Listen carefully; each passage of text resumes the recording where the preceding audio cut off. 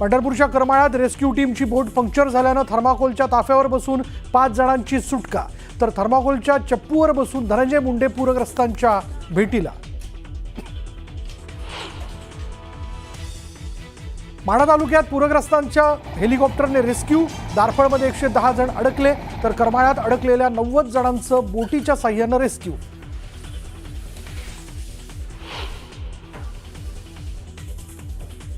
सोलापुरात सीना नदीला पूर, सीना नदीचं पाण्यामुळे मोहोळ, माढा, बार्शी, करमाळ्यात पूरस्थिती, सोलापूर पुणे महामार्गावरील वाहतूक सुरू।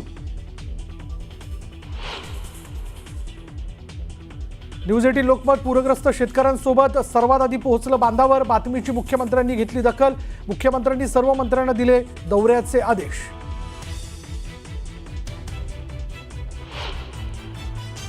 सरकार शेतकऱ्यांच्या पाठीशी असून तात्काळ मदत पुरवणार, उपमुख्यमंत्री एकनाथ शिंदेंची ग्वाही, तर अजित पवार उद्या पूरग्रस्त जिल्ह्यांच्या दौऱ्यावर, सोलापूर, धाराशिव, बीडची पाहणी करणार। अतिवृष्टीमुळे राज्यात लाखो हेक्टरवरील पिकांचं नुकसान, राज्यात ओला दुष्काळ जाहीर करण्याची विरोधकांसह शेतकऱ्यांची मागणी। भरीव मदतीची अपेक्षा असताना मंत्रिमंडळाच्या बैठकीत सरकारनं शेतकऱ्यांना भोपळा दिला, रोहित पवारांचा हल्लाबोल, तर संजय शिरसाटांच्या दौऱ्यावरूनही टीकास्त्र। मराठवाड्याला 26, 27 आणि 28 सप्टेंबरला अतिवृष्टीचा इशारा, हवामान विभागाकडून संपूर्ण मराठवाड्याला रेड अलर्ट। राष्ट्रीय चित्रपट पुरस्काराचं वितरण, मोहनलाल यांना दादासाहेब फाळके पुरस्कार, तर शाहरुख खानलाही राष्ट्रीय चित्रपट पुरस्कार।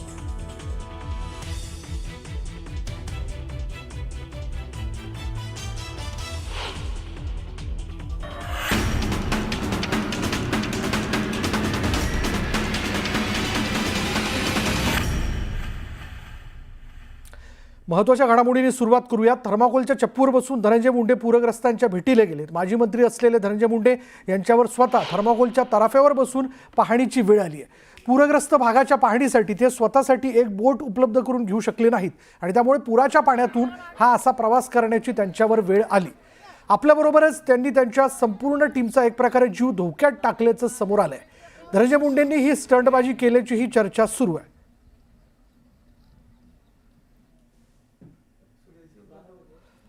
आणि हीच ती दृश्य ज्यामध्ये धनंजय मुंडे एका थर्माकोलच्या चप्पूवरती बसून, तराफ्यावरती बसून गेलेले आहेत।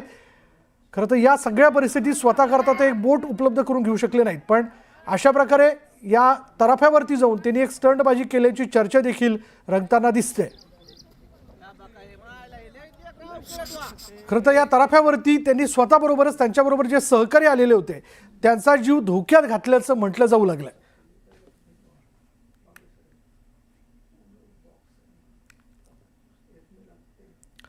सोलापूर जिल्ह्यात गेल्या काही दिवसांपासून सातत्याने पाऊस होतोय, तसंच उजनी धरणातून भीमा नदीत आणि सीना कोळेगाव प्रकल्पातनं सीना नदीत मोठ्या प्रमाणात पाण्याचा विसर्ग होत असल्यानं माढा, करमाळा, मोहोळ, पंढरपूर, उत्तर सोलापूर इथली अनेक गावं पुराच्या पाण्यात अडकली आहेत। याचा आढावा घेतला आमचे सहकारी विलास बडे यांनी। ज्या पद्धतीचं महाराष्ट्रावर अभूतपूर्व असं संकट ओढवलेलं आहे, या संकटाच्या काळात राज्यातल्या सगळ्या लोकप्रतिनिधींनी, मंत्र्यांनी बांधावर येणं गरजेचं होतं, कारण अभूतपूर्व असं हे संकट आहे महाराष्ट्रावरचं। आणि या महाराष्ट्रावरच्या अभूतपूर्व संकटामध्ये, पूर परिस्थितीमध्ये शेतकऱ्यांना दिलासा द्यावा याच्यासाठी पहिल्यांदा चकचकीत स्टुडिओ सोडून न्यूज 18 लोकमत सगळ्यात पहिल्यांदा महाराष्ट्राच्या बांधावरती पोहोचलं। अस्वस्थता बांधावरची काय आहे, बांधावरची वेदना काय आहे, हे आपण महाराष्ट्र आणि सरकारपर्यंत पोहोचवण्याचं काम केलं। आपणच महाराष्ट्राच्या शेतकऱ्यांचे अश्रू हे सत्ताधाऱ्यांपर्यंत पोहोचवले आणि आज आपण ही दृश्य दाखवतोय ज्या महापुरामध्ये इथल्या शेतकऱ्यांचे आयुष्य, भविष्य उद्ध्वस्त झालेलं आहे।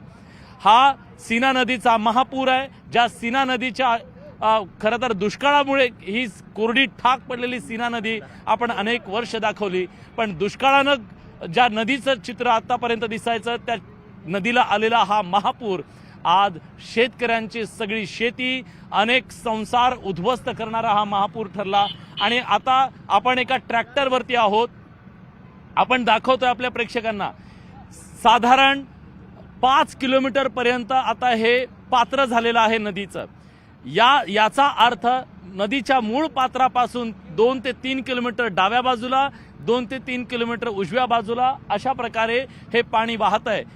खरं तर मराठवाड्यातल्या पश्चिम महाराष्ट्रातल्या या सगळ्या माणसांना समुद्र माहीत नसतो, पण आज या निसर्गाचं रौद्ररूप पाहिल्यानंतर समुद्र काय असतो हे इथं बसून बघावं अशा प्रकारची परिस्थिती या नदीनं समुद्राचं रूप धारण केलेलं आहे. हे जे उंच झाडं दिसत आहेत, इथं घरं आहेत, या सगळ्या पाण्याखाली शेती आहे, या पाण्याखाली शेतकऱ्यांची स्वप्न आहेत. जिथपर्यंत नजर जाईल तिथपर्यंत आपल्याला पाणी दिसतंय आणि या पाण्याचा जो प्रचंड मोठा प्रवाह आहे तो पलीकडे दिसतोय. तो लातूर एक्सप्रेस जी रेल्वे आहे तो रेल्वेचा ब्रिज आहे आणि या रेल्वेच्या ब्रिजला इतिहासात पहिल्यांदा पाणी लागलेलं आहे. म्हणजे धोक्याच्या पातळीच्याही पलीकडे आता पाणी या सीना नदीतून व्हायला लागलेलं आहे आणि त्यामुळे ही परिस्थिती हे बघा, हे झाड आहे आपल्या याचं नारळाचं झाड आहे. नारळाच्या झाडाची उंची किती असते तर आता नारळाच्या झाडाला हाताने नारळ काढता यावेत एवढ्या उंचीपर्यंत पाणी आलेलं आहे. इतिहासामध्ये सगळ्यात पहिल्यांदा पाणी लागलेलं आहे. आपण बघतोय आपल्या मोबाईलच्या फोटोमध्ये सुद्धा हे पाणी बसणार नाही. लेन्सच्या पलीकडचं आहे, लेन्सच्या पलीकडचं आहे आणि मला वाटतं सरकारनं सरकारची लेन्स उघडली पाहिजे आणि सरकारनं प्रशासनानं लेन्स उघडून हे कव्हरेज जे तुम्ही दाखवताय ते सरकारनं सुद्धा पाहायला पाहिजे. आणि आता आपण त्या नदीचा जो प्रवाह आहे, प्रचंड मोठा प्रवाह, अक्षरशः भीती वाटावी, काळजाचा ठोका चुकावा अशा प्रकारचा हा प्रचंड मोठा पाण्याचा लोंढा प्रवाह महापूर या सीना नदी पात्रामध्ये आपण बघतोय.